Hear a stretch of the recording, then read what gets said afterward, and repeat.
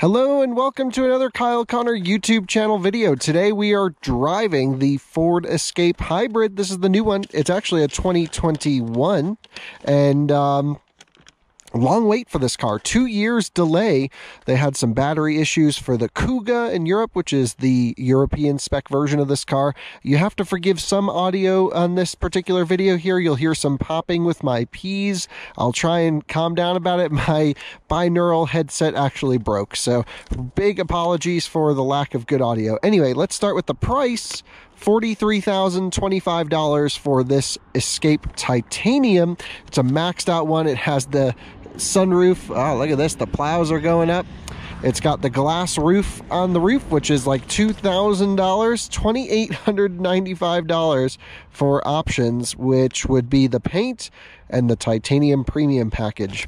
Anyway, totally maxed out. Not sure that's the way you should spec yours. Maybe it is. We're going to talk a lot about drivetrain, plug-in systems, everything like that. So let's put this away. You know this car has every available option. Let's pop the hood, 2-time pull on that right there. And we're going to talk a little bit about this 2.5 liter Atkinson cycle 4-cylinder. An Atkinson cycle means it just has a little bit of a different firing order when compared to your traditional inline 4-cylinder engine.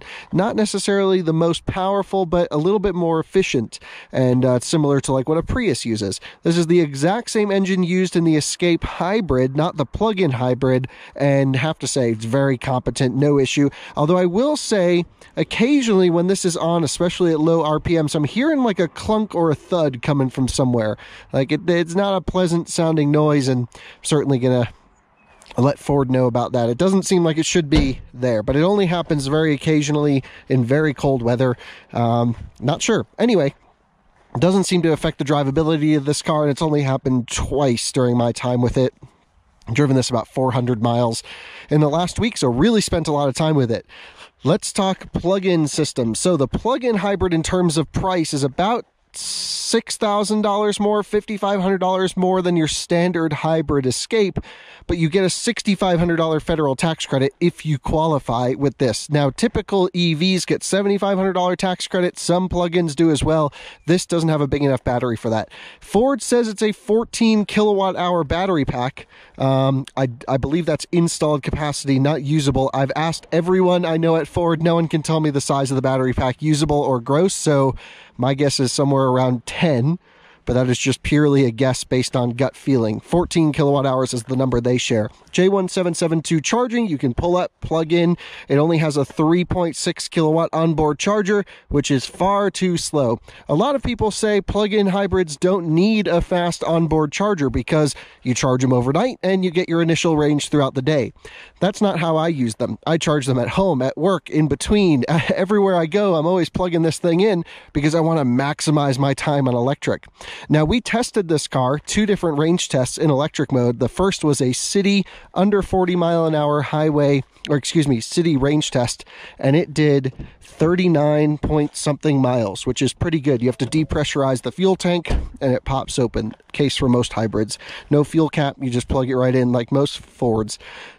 Significantly smaller fuel tank than the standard hybrid here to make room presumably for the high voltage battery. However, your total driving range is actually farther than the standard hybrid, which is pretty neat. So it did 39 in the city and 27 miles on electric range on the highway at 70 miles an hour. That's quite an odd placement for a 12-volt battery, isn't it? I don't know what is going on there, but you do get a level 1 NEMA 515 to J1772 adapter included with the car. Let's see, it's a Ford branded charger, pretty neat. Is it 10 amps? 12 amps, nice, that's pretty good. We'll leave that back there, and this closes. 12-volt outlet in the trunk as well. This one's maxed out. Let's drive it. We'll talk a little bit more about overall the whole car. The Escape is not necessarily old, but it's aging. It's been around for a while. The start button is such an odd position every time I drive one. I'm like, why is that over there? All right, get ready for nerdiness because we gotta talk about all the different drive modes here. This is the majority of your 2 switches you're going to use here. The first is your drive mode selection. So the first is You know, normal, eco, sport, slippery, you're stuck in snow and sand, which turns off some traction control, and then normal. The second is which EV mode would you like? And you really can only adjust these in eco and normal. For example, sport mode keeps the combustion engine on all the time. So we have normal operation, which is hybrid, which is going to use most electric all the time. That's how you can drive the car. You don't have to think about it. You put your foot pretty far down on the accelerator pedal, and then, oh, yep, then the combustion engine and the electric motor will work. The second is all electric driving. So you hit this mode and you can go all the way to the floor and hold it there, and it will not kick on the combustion engine. Love that. The third is your EV later setting. This turns on the combustion engine and holds your state of charge so that you can save it for when you're driving in the city. For example, if you're driving a long stretch on the highway, but you know you have a lot of city driving to do at the end, you put it in hold, it'll hold your charge level and go. Although I've found it doesn't like to hold at high states of charge, probably because it can't charge the high voltage battery at high states of charge to keep it topped up. And the last is your EV charge function. This is if you're dead and you want to charge the high voltage battery from the combustion engine. It's the least efficient way to drive the car. I don't really recommend it. I use it a lot because I have to test the car. For example, I did a lot of EV stuff today, so I drove the car in EV charge and it charged it up to 78% state of charge. It will not charge it higher than 78% state of charge, no matter what you do. So now let's just drive it in EV only, all electric driving in normal mode, and then we're going to shred it up a canyon. We'll adjust some settings, but there's some things to talk about first. So we are at 78% state of charge. Heading out, you'll have to forgive some of the harsh late afternoon lighting here in Colorado. It's just what we have to deal with this time of year, middle of winter. So let's pull out of here. The first thing I want to demonstrate is the electric torque. Look at this big acceleration here in electric mode, still pulling, no issue at all. So the best thing about this is you can actually use the car as an electric car. Many plug-in hybrids, I'm looking at older Volvo plugins, things like this, don't actually have enough power to move you along in electric mode to make it even useful half the time. Or you have to plan ahead and make sure you're not pulling out in front of someone. And at least here in this particular car, it's foot down. Look at this thing, it moves. It says press OK to enable engine, which if I do that, it'll turn on the combustion engine, knock it out of EV only mode, run the combustion engine wide open on top of the electric motor, and then eventually it'll just go back to full EV mode. This is like if you have to make a pass, you just go boom and you're off. I can't think it's the best thing for the engine to turn on at full throttle every time, but I'm sure it's engineered to protect itself.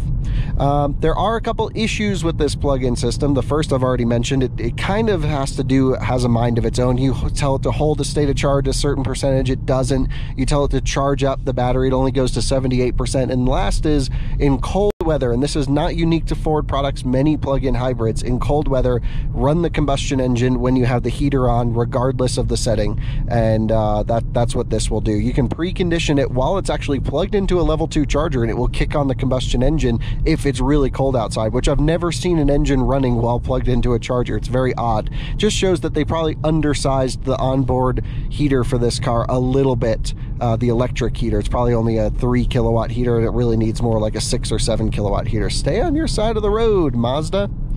So we're driving around in electric mode. Again, we did about almost 40 miles in the city with this car. My colleague Jordan did that on Out of Spec Reviews, and I have to say that is impressive.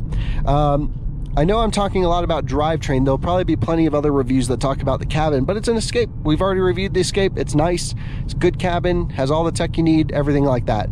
I have yet to actually drive this car sporty, so I'm going to go here and I'm going to put the car into sport mode. I'm then going to go into here. We're going to go settings, vehicle. Oh wait, maybe it's under driver assistance. Trying to see. Yep, driver assistance and traction control off.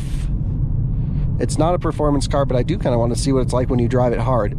I love this gauge on the screen. If you can see it, I know the sun might be blinding you right now. On the right-hand side, it'll show you how many kilowatts is coming from the combustion engine, and then the inner one, the little blue side, will show you the electric portion, which is really nice. There's no real manual control here. While we're going down the road, a couple things I do want to mention is there is an L setting here, which increases regen, except when the battery is cold. If the battery is cold, it can't charge. Of course, we're talking below freezing, therefore it will actually kick on the combustion engine during certain drive scenarios. So if you live in a warm climate and you know that the battery's going to be warm, I wouldn't worry about it. Just drive it in L mode. You get increased off-throttle regen. But if you live in a cold environment like where I do and it's been wintertime, then I would just keep it in drive, and then adding to the brake pedal will basically cut down on regen. Wow, pretty good power here. This is not a slow vehicle. I don't want to say it's as quick as its main competitor, the RAV4 Prime, which you can also get in all-wheel drive. I think that's this car's main problem, is the plug-in system's front-wheel drive only. And that's what we are in, of course, now. Forgive some of the lighting. It's really bad. Interesting. The power is great, very smooth, and I think the brake pedal feels really good as well. We're not going to go shredding by the school bus, of course. We don't want to scare anyone. Interesting. It seems to be shifting gears a little bit with the CVT in sport mode, sort of simulating fake gear shifts, which it does not do in normal mode or any of the other drive modes that I've noticed. This is not bad. It's quite a small car. Fords always have pretty good chassis and good handling. The Ford Transit, for example, is one of the best handling vans. They just know how to make a car do some good things. Yeah, look at that, simulating gear shifts like downshifts. Huh. Well, I have to say, this is really a good package if you just want to plug the car in at night, do your daily driving, and then plug it back in at night and not really worry about it. Just keep it in normal mode. Let the car do what it has to do when it wants to do it. To me, it's extremely infuriating because I want to have max control over everything. When I tell it to charge the battery, that means go to 100%. When I tell it I'm on electric mode and I have the heater on high, I'm asking for everything the electric heater can give me. Don't kick on the combustion engine. And when it's cold and the combustion engine kicks on, it's got to warm up the cats and do its emissions cold start cycle. So it means it doesn't turn right back off again, which is quite aggravating. Overall, though, I have really enjoyed this car, and I think the aggravations of me trying to have full control over this vehicle have sort of subsided. What am I trying to say? Subsided. Subsided, because now I'm just driving it as a normal car. I've been commuting with it. I've been living with it. I've had, taken friends to dinner in it. It's got great heated seats, great heated steering wheel, pretty good driver assistance. Not as good as the stuff that's in the Mach-E or the F-150 with the eye-tracking Copilot 360 Blue Cruise stuff, but still pretty good. We're not really shredding it that hard. We're just driving it up a road. But I have to say, here in sport mode, it's pretty responsive. I just want to try driving it in EV mode, so I can't do that in sport, so I got to go back to normal, and then from here I can go to EV mode, normal operation, all electric driving. So foot to the floor, let's see how it handles. We're spinning tires on some of the dirt. That's pretty funny. Into the corner under braking, leaning into it. Wow, really good actual balance and handling. This weighs about 400 pounds more than the standard non-plug-in hybrid, just the standard hybrid. And, I gotta say, it handles pretty nicely. I can't remember if I tested a hybrid all-wheel drive. I think I did. This was over a year ago. Almost 2 years ago now I drove that car and was really, really into it. No question here. Some things I'd like to see is, obviously, this is last gen Ford stuff. So this is Sync 3, I believe, has CarPlay, really good sound system. It's a good car to live with every day, but I think it's due for an upgrade, and all these switches have been around for the last almost 10 years now, something like that. So it just feels like the Escape could use a little bit nicer materials, a little bit, sort of a refresh, a little bit more luxury, I'd say, especially considering this one's a titanium. But I think if you're in the market for a car, and it's front wheel drive only, so you probably are only considering the RAV4 Prime if you live in an area like this. If you live in a warm weather environment, a lot of those issues I've been having in the cold with this vehicle, where it has to use the combustion engine to supplement, aren't really there as much. And it seems to be like a really very solid offering. I think it's great. You can really drive this as an electric car every day, and that brings up the question, if you're going to maximize your electric driving with this, there's actually two questions. The first is, why did they only put a 3.6 kilowatt onboard charger in this thing? It's got a pretty big battery pack, again, 14 kilowatt hours, I think, gross capacity. It should have a 7 kilowatt onboard charger to charge it in about 2 hours, maybe even a little bit under. That would be awesome. So you can, sort of do your daily runs in the morning, charge it during the day, and then do your, school run at night to pick up your kids, whatever it is. To me, that makes the most amount of sense for a plug-in hybrid. And then the second question is, if you're going to be maximizing your range on this vehicle, why not just buy an EV? If you're 99% of your driving is just around town and you occasionally go up for a long trip, well, there's good chargers for that. And I think we're sort of at the point where most people are pretty comfortable taking a road trip in an EV to most places. So that's another sort of question of mine, is why not just get a Mach-E, for example, over this? That would be a little bit more spacious. Of course, it's more money, but you can get like a standard range Mach-E.